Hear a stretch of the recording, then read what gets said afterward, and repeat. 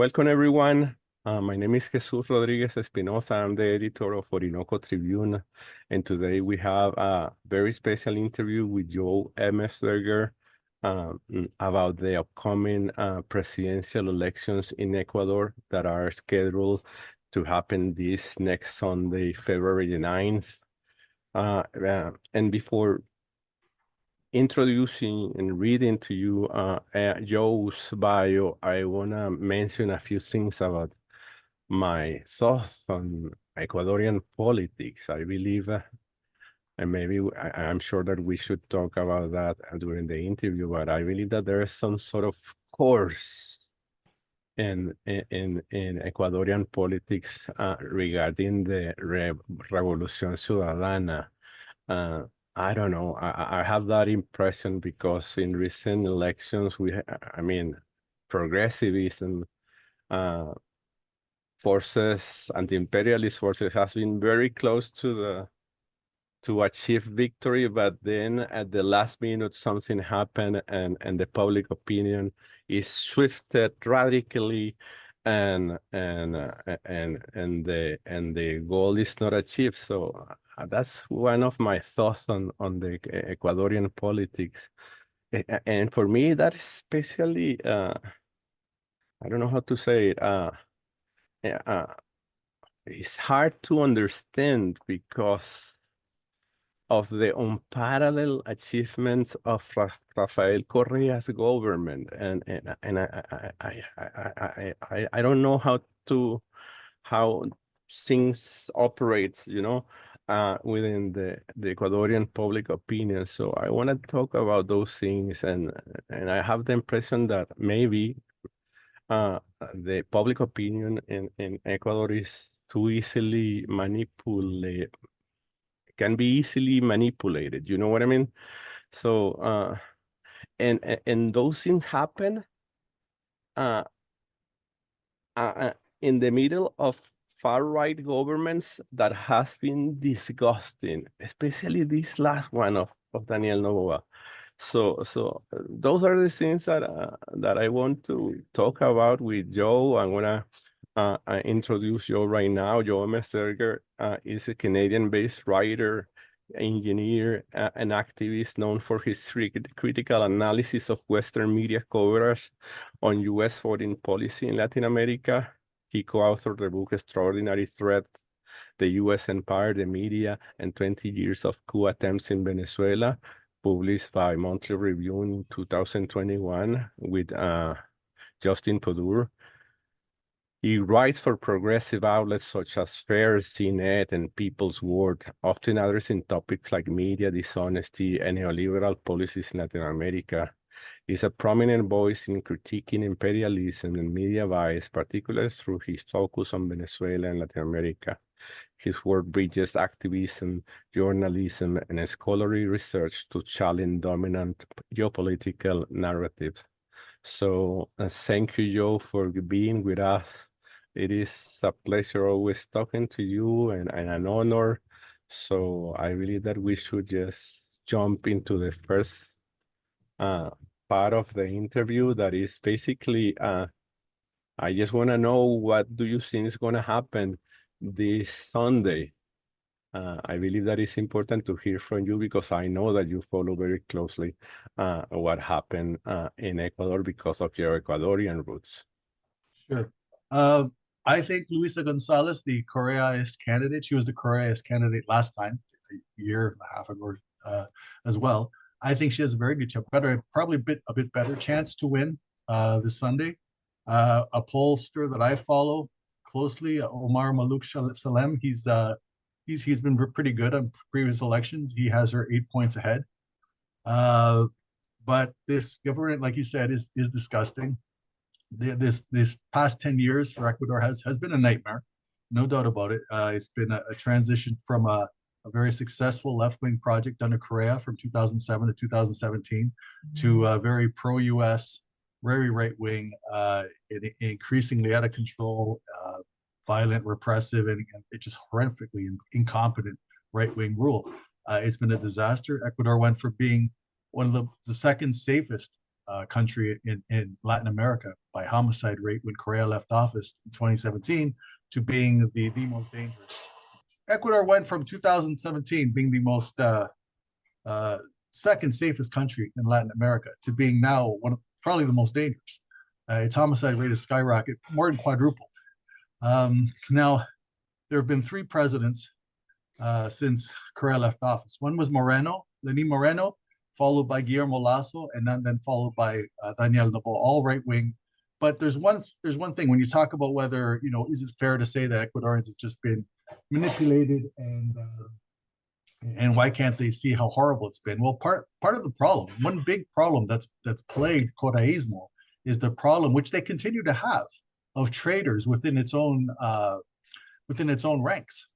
That's been a humongous problem. Lenin Moreno was not a right-wing candidate. He became a very right-wing president within weeks, but he was the vice president of Correa's party for 10 years. He was his first vice president for 4 years. Then it was Jorge Glass, who remained loyal to Correa. That's why he's in jail. But Moreno was a complete imposter, and he wasn't the only one. And that's been the problem. That's what's damaged Correa's credibility in terms of, even if his credibility in a way as somebody people can trust to say, okay, he's good, but can he appoint good people? Can we trust the people he trusts? That's not so easy to do when you have a president that he strongly endorsed, said, yeah, this guy, and then he turned out to be a disaster, a total traitor, a total hypocrite, turned around completely, did the exact opposite of everything he said he was going to do. So that's very damaging to the credibility of Correa in a way, not so much his achievements, but can you trust his judgment? Can you trust the people he endorses? If the guy he endorsed it to in 2017 turned out to be such a disaster. So that's been a problem. Consider that, one of the candidates in this election that we're having right now is Carlos Rabascal. He's not with the Correists. He's running a different campaign. Now, from what I understand, he's not really attacking Correa's movement, but he's a split. He's split with Correa's movement. And he was the vice presidential candidate a few years ago, back when Lasso was elected. So they've had this problem, and he said some things also. The persecution in Ecuador has been led by the Attorney General Diana Salazar. She's chats have been published exposing how she works illegally. She works closely with the U.S., with corrupt journalists, trying constantly to instigate sham proceedings to jail or at least slander Correa's movement. So he actually came out and praised her at one point, saying that she's a courageous woman. It was just an absolutely idiotic thing to do. It outraged the Correa's movement. How could he say something so stupid? I mean, this woman slandered him while he was a candidate, saying that him and Arauz were in the pay of the Colombian ELN. So how could he come out and publicly praise her? I mean, people were outraged about it. And he was the vice presidential candidate, for Correa's party. So it's a problem that they've had since Moreno. When you have people like this, it demoralizes people. It makes them lose confidence and lose trust. So, and some of that will stick. Some will stick with their, like, I suspect Luisa Gonzalez will be a good, but even I have some. How can I know for sure? Until she's actually in power and has the power and starts doing courageous things. How do you know that she's really going to stick to her guns? That's something, a cloud that hangs over Correísmo that's of their own doing. There's been all kinds of persecution, all kinds of slander, all the things that happen, right? Correa, if he returned to the country, would be thrown in jail. His former vice president's in jail. So many Correas have been either exiled or thrown into jail. I mean, all that is true, but at the same time, their own errors. I mean, there's no denying their own lack of judgment. Sometimes trusting people that turn out to be not trustworthy or just not very good. That's happened. That's hurt them as well. So it's not quite fair to say that it's all Ecuadorians are too gullible or whatever, because in a way you can see why there would be a lack of trust. That makes sense. And listen, I don't know, but let's jump to the next question, the next point that somehow you has been addressed already, but and it is about, I mean, I want to hear your opinion. I mean, let me rewind a little bit. So you believe that Luisa Gonzalez might be able to win this Sunday, right? I think she has a good chance. She can get over 40%. That would win her the first round. Oh, exactly. That's what I was Yeah. about to ask you. I Yes. mean, because Yes. the Yes. Ecuadorian system Yeah. works with that. Yes. Okay, so do Yes. you think that she will be able to win in the first round? The one pollster I trust says she's at 43%. Okay, So okay. so it's a possibility. I'm not saying for sure. I mean, we could be surprised. And in the case that she is not able to do it in the first round, is there a chance for her to win the ballotage? Yeah, there's a chance. I mean, I mean, Correismo has been close, right? They have been close. The last election, they've always got around the elections they've lost recently to the right wing in the presidency in the second round have always been around 48%. They're kind of stuck at that 48% mark. Mm, So, can they do something to go over that line? Sure, they're very close. It's not like they're way out of striking distance, right? Based on past elections. According to the polls, they should be even in a stronger position this time.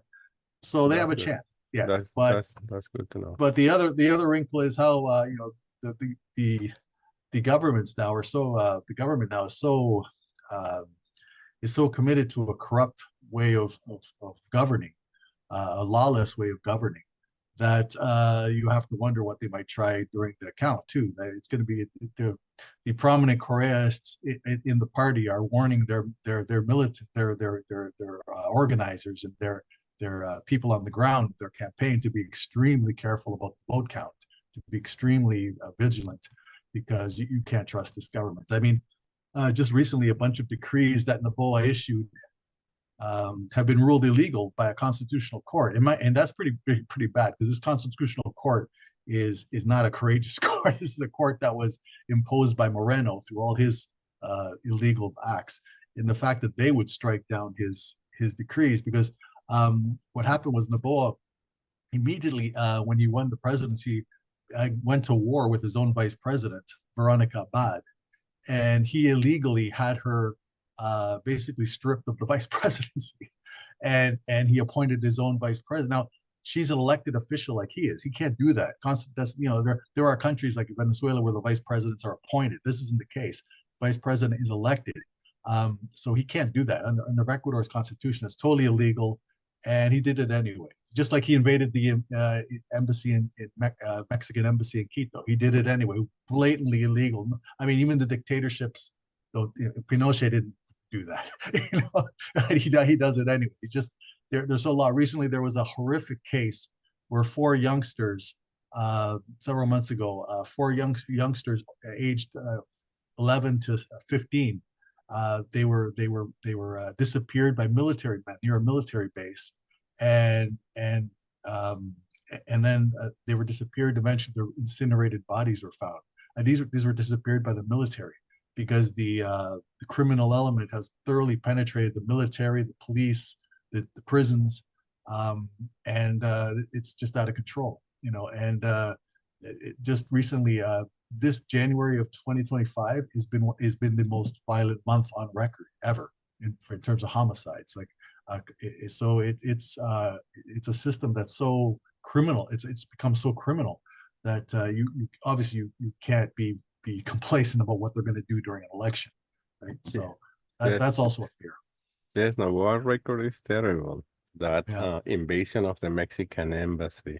yeah, We published today a piece about what you were talking about the issue with the vice president, especially during the campaign, that he yeah. basically has not requests absence of leave as Mhm. mandated by the Constitution Oh yeah, because of he's this just vice yeah, presidential issue, because he cannot, and he doesn't actually have a legal vice president, so he have not abandoned his post as president during the yeah. campaign, and there's a big issue there, right? Oh, huge. Yeah, it's you know compared to the other issues, compared to the violent crime, compared to the disappearance of these young kids, it's not as big an issue as that. But in terms of just the flagrant illegality I mean, he has no legal leg to stand on, and they do it anyway. It's just it's so shameless, it's so lawless that you have to wonder, what are they going to pull during the election? Like I said, these chats that were revealed in 2024 showing that the Attorney General Diana Salazar, who's totally she works with the U.S. Embassy, she's openly working, conspiring to try to frame and slander Correa's politicians who she can't stand. Working with this guy Fernando Villavicencio, who was assassinated. He was assassinated because he was trying to extort drug dealers. He was trying. He was so full of himself, thinking he's so untouchable, that he started to try to blackmail very dangerous people. That's what got him killed. But Diana Salazar tried to pin it on because Villavicencio hated Correa's movement, was a total enemy of Correa's movement. So she tried to pin his. She made public statements trying to pin the murder on Correa's movement, which was obviously false. It was proven false, and and this is all exposed in these chats. So it's just an absolute mess. It's just a corrupt, just a cesspit of corruption, illegality, political persecution, and it's totally backed by the United States. Tony Blinken gave Diana Salazar an award, calling her an anti-corruption champion. You cannot get more cynical than the U.S. government, right? Yes. So obviously these are people who are also protected by the U.S. Recently, there was a report that Villavicencio himself, this guy I mentioned, he actually received at least 65,000 from NED, from the National Endowment for Democracy, at the time, around the time that he fabricated a report for the Guardian newspaper, claiming that Assange had met in the Ecuadorian embassy with one of Trump's campaign advisors, Manafort, Paul Manafort, I think his name is. Yeah, and so it's just all this corruption in Ecuador has complete backing of the United States. So that's the other thing that's important to mention. I mean, just recently, Noboa, just today or the day before, he imposed 27% tariffs on all Mexican. It's like just the most idiotic impersonation of Trump. Now, mind you, he hates Mexico because Mexico has been giving asylum to a lot of Correa's politicians, have basically found safe haven under Lopez Obrador. They found safe haven in under his government for basically their political refugees. That's why that's why he invaded the embassy. So he has this hatred, this fixation. Fixation on Mexico. So he imposed a 27% tariff, but then it comes out, even in CNN is pointing out that Mexico's number one export to Ecuador is medications. So he's basically increased the price of medicines in Ecuador just out of spite, just out of vindictive spite against Mexico, taking advantage of Trump's, I guess, to do some Trump impersonating, I guess, as well. But yeah, and of course, there's also talk that if he did this, there must be some Ecuadorian, because these guys are all businessmen, and they have their eyes on the money, and there's probably some private interests in Ecuador probably going to make out like bandits over this tariff as well. That'll get more business out of it. Yeah, so it's just horrible what's going on. In fact, the case I talked to you too about the missing kids, the kids who were, why would the military just? Do you think they just randomly picked up these kids? It seems more likely that the kids saw something or knew something about some criminal activity that was going on at the base, drug trafficking or what have you. There had to be a reason why they singled out these kids for to be murdered that way. So it's just a very sickening government. And but I guess you say, well, you look at all these things and you can say, well, my gosh, why don't they just get voted out?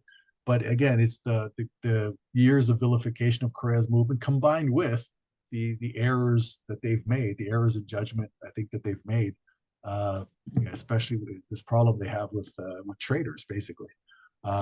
Another example I gave, one of Correa's, there was a picture that caused a lot of outrage and indignation on the internet too, was one of Correa's lawyers in Ecuador, this guy Fausto Jarin. He was one of Correa's lawyers. And an assemblyman with this movement. He was seen in a meeting with Noboa, so it's like, it just seems like they always have this problem with certain key people who become become not all obviously there wouldn't be any persecution if they were all traitors, they'd all be fine, but they have a problem with that, and it's damaged their credibility, it's hurt them, and I think that's what's kept them from going over the line and winning and getting back in office. So, but it's going to be tough if they get back in. If Luisa wins, it's going to have to be very courageous. Correa, when he was in office, he almost got overthrown by a police uprising.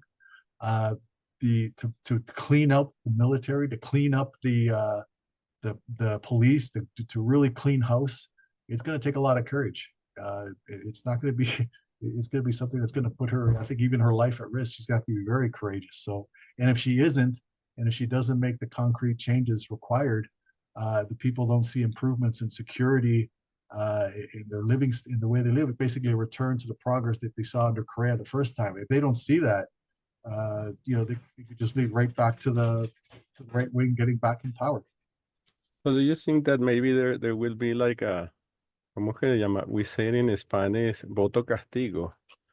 That voto castigo might lead to Luisa Gonzalez victory, or there is something else on her that might, no. No, I think Correa, I think she has a good chance, but there's issues. Like I said, the one issue is this whole issue of, can you trust the people Correa endorses? Correa endorses her, but how do you know she's not another Lady Moreno? How do you know that for sure, right? Or that she's not another Rabascal? She's not another, even the prefect of Guayaquil, people talk about her being very dubious in her loyalty to Marcela Guinaga, who was once very close to Correa. There's a lot of people who no longer have the trust of Correists who used to have the trust of Correa himself.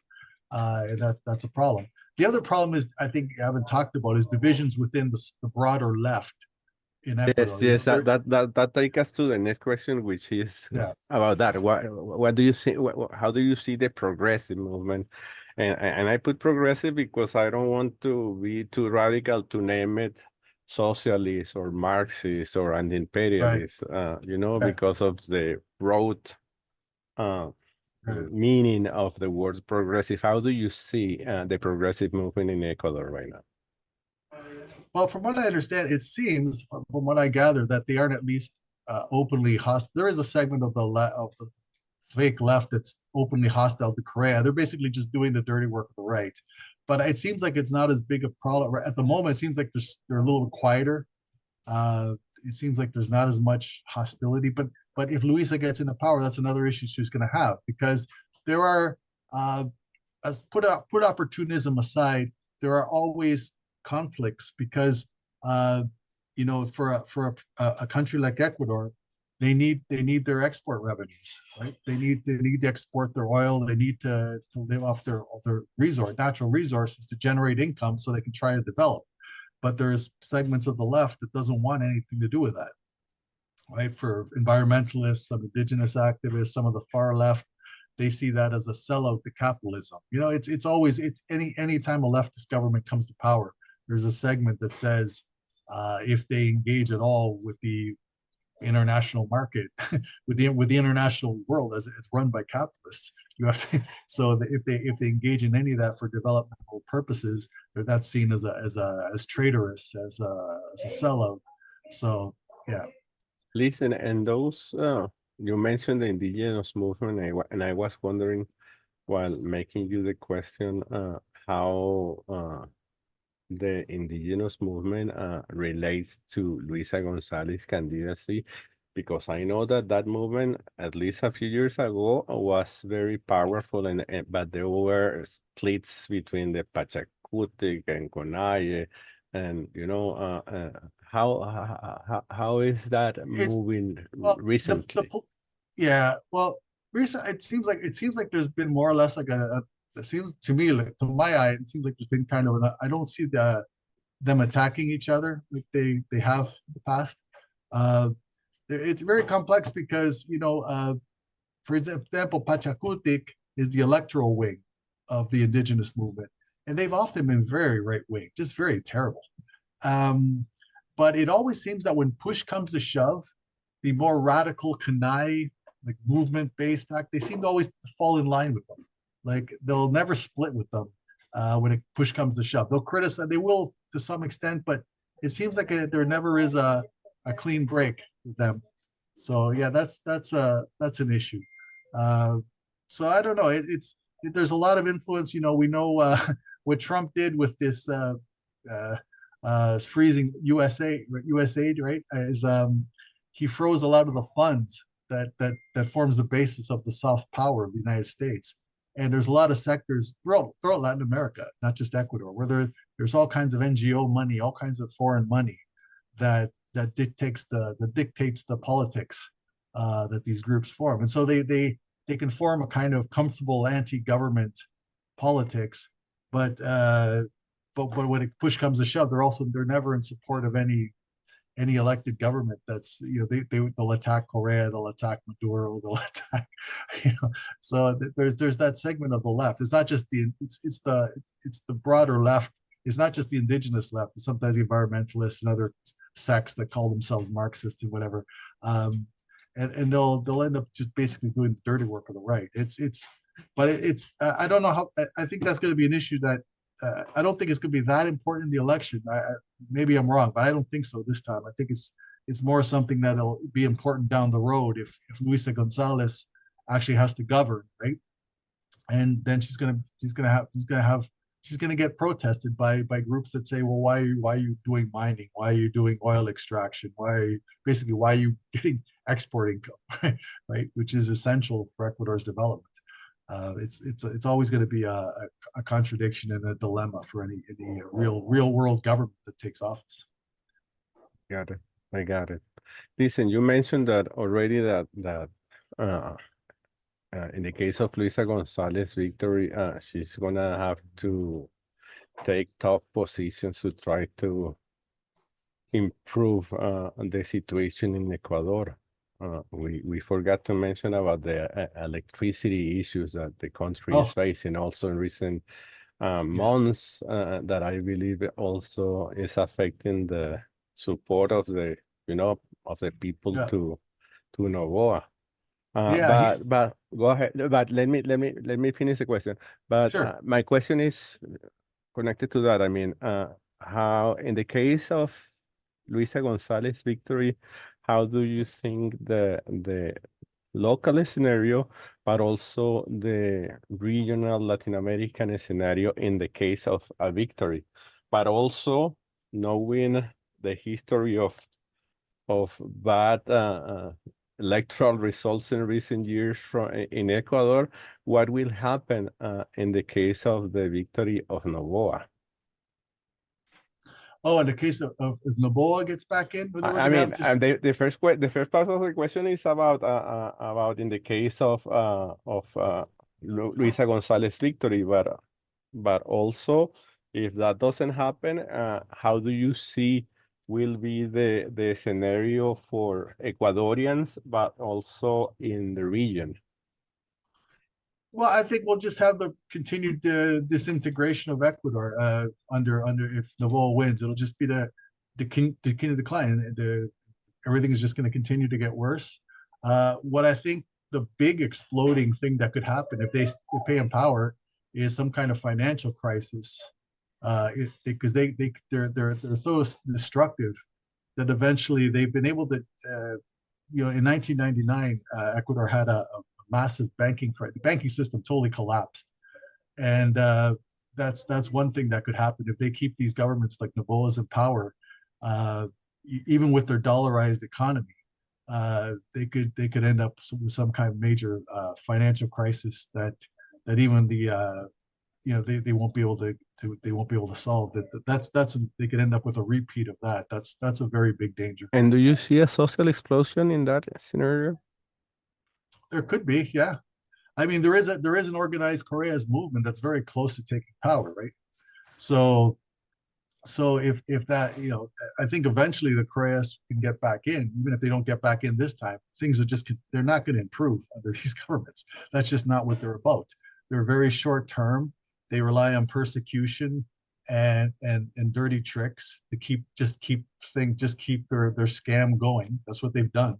They don't have they're not a project that looks to do anything really except just hold power and just loot and they're just penetrated with criminals. I don't think that they even have the courage or the capacity to, even if they wanted to. I mean, why stick your neck out? Just make your money, shut up, and look the other way. That's what I think the attitude is. So I think I see things just continuing to disintegrate under Noboa, under those right wing governments. They've created a monster, I think, within their own state, so criminal. Like even Villavicencio is a right wing jerk, but he was still assassinated by the criminal element that he, that these kind of politicians allowed to infiltrate the state. So are they going to stand up to that element? I don't. So why would they? They're just, like I say, just make your money, shut up, look the other way, and keep going. That's what I think their attitude is. I don't think they're going to solve anything. And so it's the problem that I see. My fear is when the Correas do get back in, whether it's this time or some other election, are they going to have the people with enough courage to really? Because this is a very dangerous situation now. It's really going to take. These criminals are in there. They're everywhere. They're in the state. To get rid of them is no easy task. I mean, Correa had no easy task getting rid of him in the first time around. They almost overthrew him. He was almost killed in 2010 doing that. What was it like with Chavez? He was almost overthrown and killed in 2002, right? And there's been continuous risks and Maduro. It's never an easy path to try to reform things in Latin America. And I think the big era of Correísmo ultimately perhaps is trusting bad people like Moreno, but Correa I think also bought into this idea that there should be a change in leader and switch things up, the term limits mentality. I think he kind of realized that was an error towards his last years in power, but then it was hard for him to kind of back out of that. And he had to prove that he didn't want to stay in power forever. I think he got goaded into this idea that he had to leave office and let somebody else take charge. And I think leftists can be naive about democracy. It's the way democracy works in a capitalist system in Latin America is it's basically a permanent dictatorship of a certain class, right? And if you don't recognize that, then you fall into traps. I think if you could be too naive, you could be too easily pushed aside. So it's going to be tough. It's a tough thing to do to reform government like this. Listen, you talk about Ecuadorian courage, and that reminded me of how I saw the Ecuadorian people like 15 years ago or 20 years ago when they ousted like president after president because they were not happy with what happened in Ecuador. I don't see that's the case in recent years. And as you were explaining the mafia and the links between government and criminal organizations, I was wondering if that relation of crime and government, recent far-right governments, I mean, might have something to do with the lack of explosion of the people in Ecuador in recent years. What do you think about that? Well, I think part of the one difference with the previous, like in the 90s, yes, you had a lot of changing governments, often not constitutional changing governments, like our musical chairs. There was a continuous economic crisis throughout the 90s that finally exploded in 1999 with the collapse of the whole banking system. And so, yeah, there was like a musical chairs of one president after another. However, the neoliberal project, like one analyst told me, there was a change in governments, but there was a constant change with nothing changing. There was a constant musical chairs, but the neoliberal project kept marching right along. Now you have, in this case, now you have a government or you have an opposition movement that has a track record in office that offers an alternative, and it has a significant amount of power in the National Assembly, and that is close to winning power at the presidential level as well. So that's a very different situation from what you had in the 90s. But you also had the Muerte Cruzada, which is why Lasso only served 2 years. So you didn't have an unconstitutional kind of people chasing him out of the office through protests, but you did have an electoral process that he basically didn't even bother to run because he knew he was going to get smashed. So you did have at least the opportunity to elect another government, and they came close to electing a left at that time. So it's a different institutional setup too, because now you have the Muerte Cruzada, and you can oust the government without having to resort to just street protests, right? You can actually, in a constitutional way, force early elections. So that's a significant difference. Listen, and what about the first part of the question? In the case of Gonzalez victory, what do you think he's going to do internally? What do you think are the most needed steps that she needs to take? But Okay. also, how do you see her helping the unity in Latin America? Yeah. Okay, on the first thing, one of the most important things she has to do is an Asamblea Constituyente, Constituent Assembly. What to me, in my mind, if they don't do that, that shows that if they don't follow through on that, I think it shows a lack of seriousness, because the unconstitutional, under Moreno, the entire constitutional court was fired and replaced illegally. Prosecutors, superintendents, all kinds of control authorities, regulators, fired, attorney generals fired and replaced illegally. So if they don't do a constituyente, I don't see how they're going to be able to kind of restore constitutional integrity to the government. As we discussed at the outset, we see how Noboa just tramples all over everything. So with a constituyente, electing a constitutional assembly, that's, I think, the first step to resolving the whole institutional mess that's been created over the past 10 years. So if that's an important sign, if they follow through on, if she wins and she follows through get that going, that's very important. That's a sign that they're serious about really undoing the damage of the last 10 years. On foreign policy, I get the impression that Correa is very courageous. Correa has no qualms whatsoever defending Maduro. I don't know about Luisa. With Luisa, with Arauz, with others, I'm not so sure. Honestly, I don't see that same determination on that front.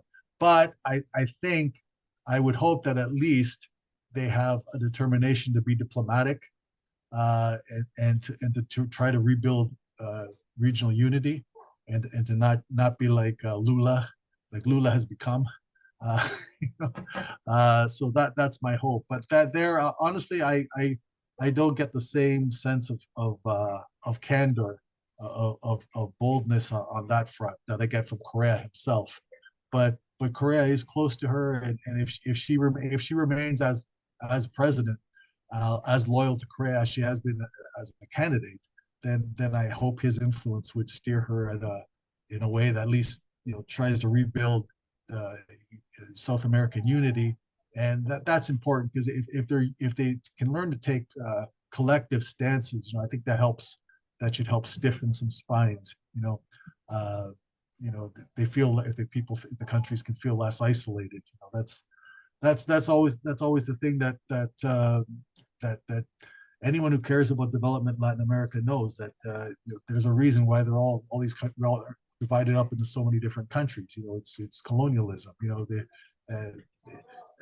South America, Latin America should be a strong player in the world. But they have to be united. They have to have a sense of unity to confront the other big powers in the world, to be able to negotiate on something on acceptable terms. Yeah,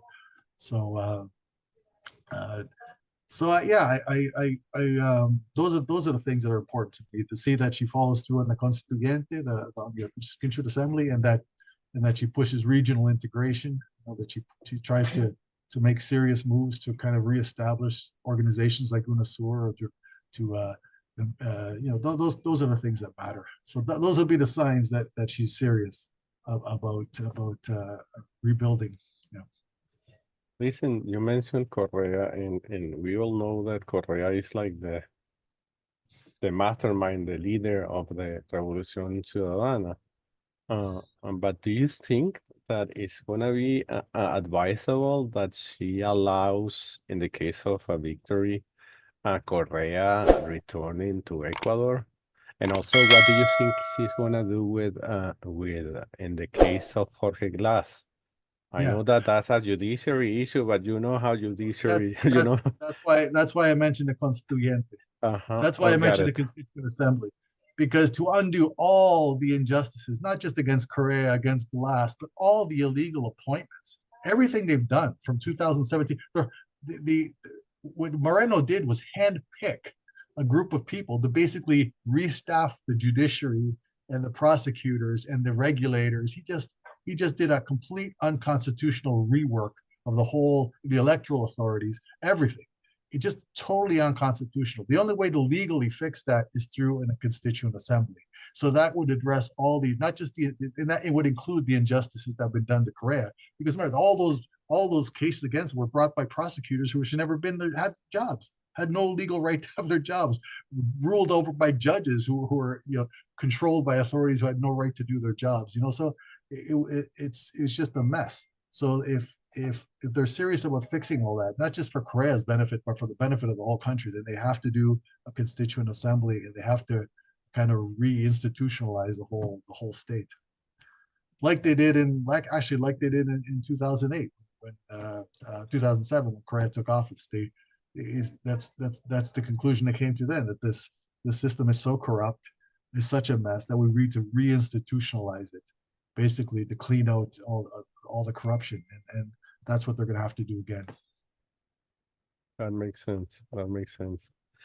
Listen, Joe, I believe that we reached, at least touched the three issues that I wanted to ask you about. I don't know if you want to add something else that you believe we haven't touched. I'm not sure. No, I think we talked about I think we covered what's at stake.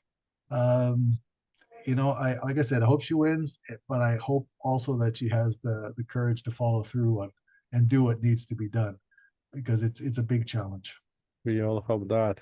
We wish that she wins first and that she have the strength to, to move on and really comply with what Revolución Ciudadana means and what we need in Latin America. Thank you for your time, Joe. Thank you. I You really nice appreciate it. And un abrazo fuerte from Caracas. Thank you very much. Thank you. Thank you, compa. Thank you. All right.